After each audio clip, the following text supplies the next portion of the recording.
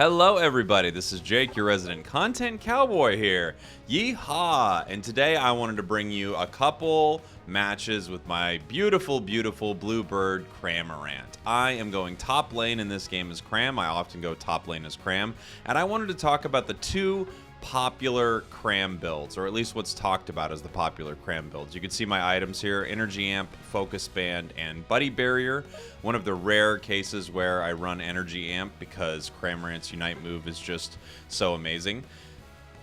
The move option I'm talking about is between Hurricane and Air Slash. I don't think Dive is very viable, and the big reason behind it is because Cramorant should not really be up in people's business as much as Dive puts you in that position. It's really fun, and you can do a ton of damage, but you're just so squishy that I still think having the range of Surf is the best choice. But this video begs the question, do you go Air Slash or do you go Hurricane? This first match you're going to see here, we go Hurricane. We've got Mr. Mime and Blastoise. I think Mr. Mime goes in lane with me, Blastoise, Lucario bottom, and we have Pikachu in our jungle. Let me take you into the game here. All right, here we go. Heading to the top lane, grabbing my Whirlpool here with my Mr. Mime. We got our Pikachu taking the jungle here. I was confused for a second because Pikachu started attacking our Pokemon, and I thought, okay, so is he going top? He also is not the Master Rank player in the match, so I thought maybe he doesn't know what's going on exactly. But no, it just turns out that that's what he wanted to do. So here I am in the lane. Mr. Mime left. I don't like this play. I know he's taking Pikachu's jungle here because Pikachu took our lane, but I'd really rather he be here for this fight so we could contest that Corphish. That being said, I mean, I understand where it's coming from, but it's still just not the best. I got a little steal there with my Whirlpool on my Cram. And again, this match, you're going to see the Hurricane build. I personally prefer the Hurricane build. I like to play Cram at range. And when I use Hurricane, I'm able to zone my enemies out. I'm able to stay at range. I kind of play at Cramorant's maximum range the entire time, and that's what I like doing with my boy Cram here. Getting ready for our bees. I shouldn't have cast Hurricane there. I'm going to be slightly off my cooldown for the Vespiquen Combees here, and I'm waiting to cast my Whirlpool. I was waiting for him to cast his rocks first, so hopefully I could get a lot of those Pokemon. The last hit is what matters, so I'm trying to get that as best I can. And you see Mime and I do a good job of bullying that Crustle there. And now that we're here, I'm going to pop up Cinder with Hurricane, get him to retreat, and dunk a lot of points, which is really, really great. The nice thing about Hurricane, it sets up a lot of great plays. You scare people with it. You catch people. Ooh, our jungler's here. All right. He's going to be hanging out here. And just looks like he's here to take some of our, take some more of our experience. Sure. Well, we'll take care of the enemies. Jungle, Pikachu. Now, I've got my Hurricane and my Surf, so I'm pretty set to go here for the Dreadnought fight. I'm trying to move around to this Crustle. I see him rotating there on my mini-map, and now I'm just heading down to, I wanted to see if Corphish was there. I couldn't see it on the map for a half second. It is not there. I see Crustle's running bottom here. Yeah, it looks like I'm taking this Corphish here. I'm just trying to remember exactly what happened. Oh, great. Pikachu got that. Good for you, buddy. So I saw Cinder's here top.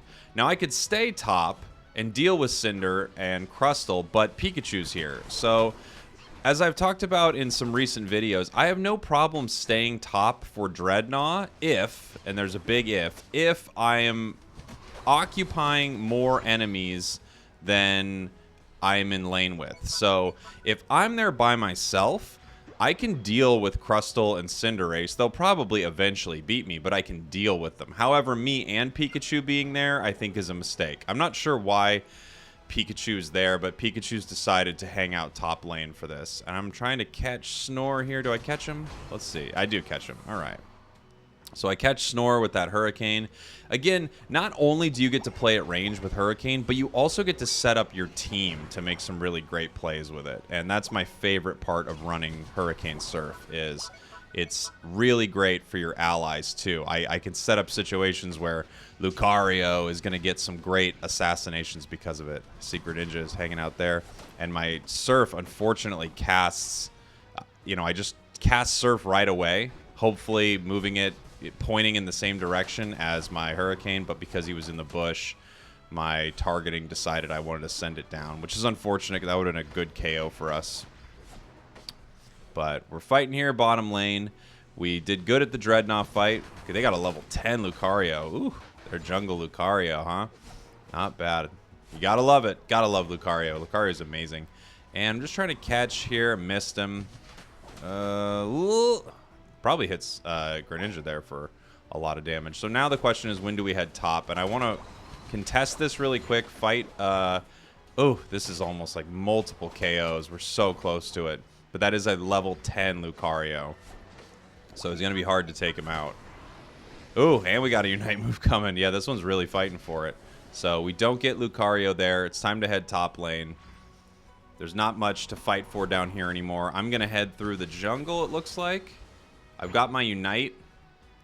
And I'm sure I'm going to want to use my Unite earlier rather than later. I'm thinking of depositing there, but they're already there. I see they've got Rotom in top lane. So now I'm making my way to top, and I'm just going to farm as I go. Now that we have Rotom, there's no objective up there. There's no objective in either lane. Dreadnought's not up. Rotom's not up. I can farm as I go. If they need my help, I'm going to try to help them here. Pikachu is fighting, and I decide, you know what? I'll Unite and see if we can get this Rotom in. My Pikachu decides to leave. My Pikachu decides to leave. You know, I don't know. I don't know what's going on. So they're going to start taking this top goal, it looks like. And now Dreadnought's coming back up, and I don't have my Unite for it. I figured Pikachu would fight with me there, but I was incorrect. And probably wasted my Unite when I could have saved it here for Dread. I just thought we'd get a good triple. And instead we got a good nothing. Ooh, nice Hurricane and Surf there on both of them. You can see once you land that Hurricane as well, it's easy to land that Surf. And that's the other nice part about it. It sets you up and it sets your team up for some great KOs. Yeah, ooh, nice, nice, nice. Man, I just love catching people. And the nice thing about Cram is the smart way to play this build is just stay away, stay at range, always be a little bit outside of the enemy range. That way, if they want to dive on you, they're going to have to dive into a hopefully full team of people. Obviously, your team might not always all be there, but hopefully your team is there to back you up in these situations. We've got their jungler Lucario here. I'm looking for a catch on that Cinder, and I miss. And now I'm in trouble. I got yawned right there, so I have to back really quick, just reposition myself. And we've got some Unite moves coming down from our team too, so that's good. Ooh, take that, Snorlax. Snorlax, even though he's a massive tank, I mean, you can still get some damage on him with this Surf Hurricane build. You're not going to be KOing Snorlax easily. That's not what happens here. So we're fighting here still. We did a good job at this Dread. We've got our top lane Pikachu. He's going to be there. He's going to be there doing his thing. And he lost Rotom. So he needs backup. Okay. So, you know, this is an interesting position. So when you're soloing, whatever you're doing, first off, Pikachu's bad at soloing things. He's bad at soloing objectives. It's just not what Pikachu's, you know, useful for. So if I was a Pikachu, I would definitely not be soloing things. But let's say you are someone who solos objectives pretty well. Your job is really just get it taken care of as quickly as possible and protect yourself in case an enemy rotates up. You should be able to assassinate them or deal with them. In general, I don't play people who solo things, and I don't use that as a team strategy. I'm letting my team know I'm coming bottom here to help them because we're heading to the 2-minute mark, and they're going to try to dunk a lot of points in this bottom goal right away. Right when he pops out. Yeah, I try to get him with that Hurricane right when he pops out. So this bottom goal is a good goal to fight after, fight over, excuse me. And Crustle could probably be down here to fight. I've got my Unite move ready to go for this possible Zapdos fight. Looks like Mime's headed center. Ooh, they're fighting in the center. Here we go. So it's happening. I'm going to try to Hurricane and then go for it. So I Hurricane and I Unite. And my thought here is twofold. If we get it, because our team's here, great.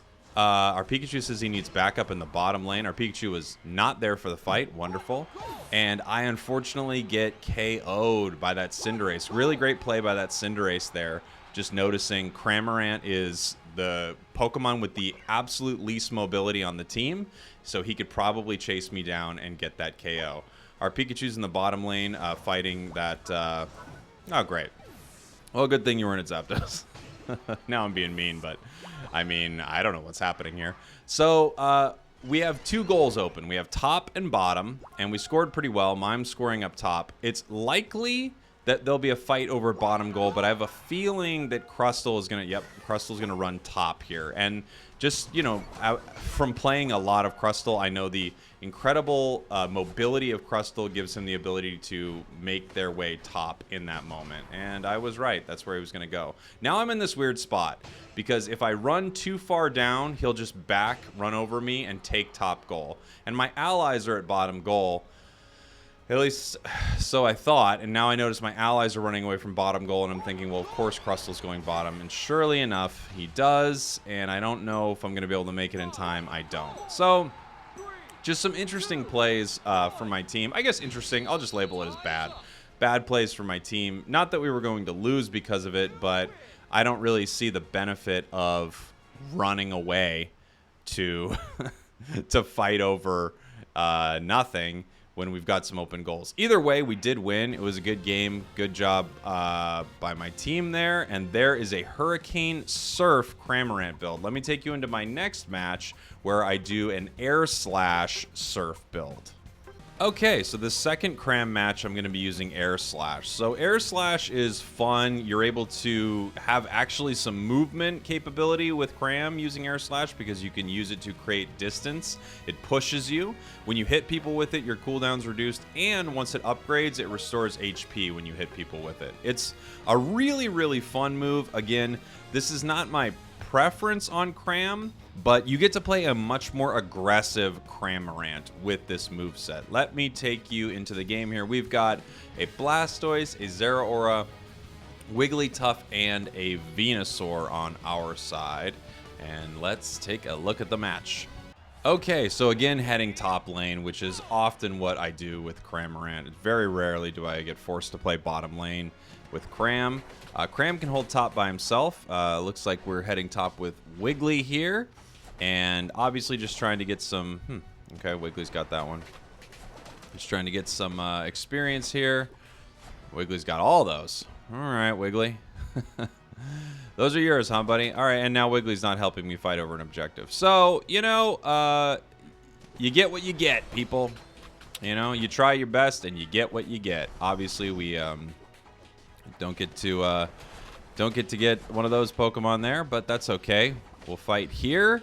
And it looks like their Wiggly's taking one of our berries. Not a bad play. This is a really intense fight early, and our Zeraora notices it and says, I'm coming right away. Really thankful that our jungler noticed that and could help out so quickly. Great play. I see he's going to take that, so I'm just going to go for a quick dunk here.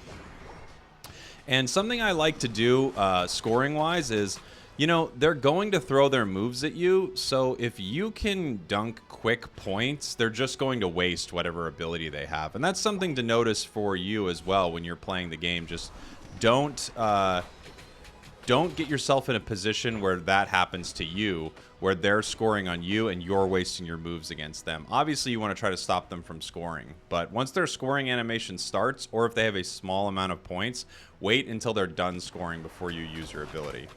So I've got my Air Slash here, and you can see me use it to move myself around the map as well as try to take objectives here. It's a really fun ability, and when you hit with it, it helps lower the cooldown, so you get to use it a lot, which is really cool. Let's see here. Let's find some nice Air Slash moments. Just going to deposit here. There we go. And just backing out using that Air Slash. Again, going from a Pokemon with 0 mobility to having some mobility is pretty cool as Cram. And you get to use it to escape situations. You also get to use it to deal damage. And later, you get to use it to restore some of your health. So you actually do get to be a lot closer with Cram in this, even though I don't love being super close up with Cram because you're so squishy. If Cramorant had the defenses and health of a defender, I would love using Air Slash more. The only problem is you can get, I mean, ironically, you can get dove on relatively simply, dived on. And in that moment there was a good example of a situation that would be a lot harder to deal with without Air Slash, which is that Cinder attacking me. I can actually walk towards Cinder for a half step, hit him with Air Slash, back up, and give myself some time to reposition and hit with Surf. So it's definitely it's a different play style with Cram, for sure. And now I'm just noticing the enemies are here, so I'm just trying to position ourselves to get this as best as possible. Hopefully hit it with the Surf, and we do. So we're all fighting down here in bottom lane. There are 2 people top lane fighting our Wiggly, so normally I would want... Ooh, did I get a double? Ooh, got a double with that Air Slash. Very cool. So normally I'd want Wiggly down here fighting with us, but Wiggly was occupying 2 enemies, so that was great, you know. It was a great situation for Wiggly to be in up there. We lose Rotom, but I don't care at all. I don't care at all about Rotom, and I don't care at all about top goal, really. It's not that important objective-wise for our team, and they've got 3 here, so, and a Rotom, so I'm just popping my Unite. Looks like I get 1 of them. 2 of them. Nice. 3 of them! Oh, wow, I didn't notice I got the other one with it. So, really good Unite move for zoning. A great situation to use it in right there. Obviously, we got the KOs from it, which are awesome. But we also put the enemy in a position where they have to decide whether they're going to hang out and continue to get beat on, or they're going to leave us to get rid of that Rotom. And they did end up leaving us in one way or another because I KO'd them. So... love Cram's Unite. And in fact, with most Pokemon, I'm too conservative with my Unite moves. With Cram, I'm actually not as conservative. Ooh, I just got melted there. Big mistake on my part. I saw Crustle in the bush. I did not know they were all there. Now watch this. I don't know if I get out of this, but you could just see the mobility here. I'm trying to leave, and I'm able to actually create some distance with Air Slash. You know, it's it's not my preference, but I get it. I get why people like it. And now I have Air Slash Plus, so when I hit people, I heal. It just, it's a really cool move. So I see that Dread's coming up in 10. I'm going to make my way bottom. Our Wiggly says they need backup as they are farming in the top lane by themselves. This would be like a cop calling for backup when they're noticing someone loitering. Like, I need backup! No, you don't. There's no backup needed. So I see Zera's fighting over that, and I am just trying to zone out some of these enemies here. I do good burst damage, but very little sort of damage that works well on objectives a lot of the time. So unfortunately, I'm not able to help chip down Dread as much as I would like. Right here, ooh, I was gonna say that could have been a good Quadra, but I did it too late. My Unite move was up a little too late. Wiggly made it there, though. And apparently they need backup. I don't know. No, you don't. No, you don't. Hey, they need backup again. Okay, so where are we at here? We're at about 4 minutes. We just took top Rotom. So now my thought is, well, it's time to get some experience. There are no objectives on the map to go for. So these are these moments where take the time that you have in front of you before another objective happens and get some experience as best you can, because the higher you can be XP wise, the more useful you're going to be in that end game fight. Now, of course, if you're standing next to your Greninja or your Cinderace or something like that and they want the experience, you can let them have it. Go find some other experience. But there's lots of points on the map to farm and get XP. Uh-oh. And here's another nice moment. I don't get myself in a position where I'm going to get caught super hard, but I also kind of created distance for myself right away with that Air Slash. Just continuing to grab experience. And now I see they're fighting over our top goal, so I'm going to try to make my way over there. Let's see. Oh, we got Crustle. Hit him a little bit. Okay. They're heading bottom. So this is a tough moment. I don't want to fight over that Dreadnought, but we do have a Wiggly without its Unite move up. You can see at the top of the screen it doesn't have that little diamond, that yellow diamond above its head, so it doesn't have its Unite. So if we were to fight over Dread and we win, we're going to have the Zapdos debuff. If you don't know what I'm talking about, just watch another video on my channel about this debuff. But this is why I want to back away from this fight. I call for a retreat, and we leave it. And we're just, yeah, we're going to be gathering it mid. I'm just going to be taking this in case I can help. The blue buff helps you secure Zapdos. It would be better if someone like Zeraora probably had this, but this helps you do extra damage to wild Pokemon. I'm letting my allies know I'm heading center. And we're getting ready for that last big fight of the game. So our Zera is starting it right now. I don't love starting it like this because the entire enemy team is up. And we don't have our Wiggly here yet. Our Wiggly is a big, important member of this fight. I'm recognizing that I'm in trouble here. So I pop my Unite and then I eject. Yeah, eject button into the Zapdos area. I know the Zapdos is going to eat me alive. And I try to grab it there with Air Slash, but it looks like Zera actually is the one who grabs it. I do get a few KOs, and now it's time to run and score. And we do run and score. So a fun game from the Air Slash Surf Cramorant. I think it's really fun. This just reminds me of those builds that I like, you know, like a rollout Wigglytuff, but I just don't think is as viable. We happen to have, I guess, maybe a better victory with it. I still think the other build is a little more powerful. But there you go. I hope you enjoyed that. The 2 Cramorant builds I would recommend. I think the first one is more ideal and it keeps you safer. The second one is a little funner. Thanks for watching, everyone, and listening. I love you. I'll see you next time. Goodbye. Mwah.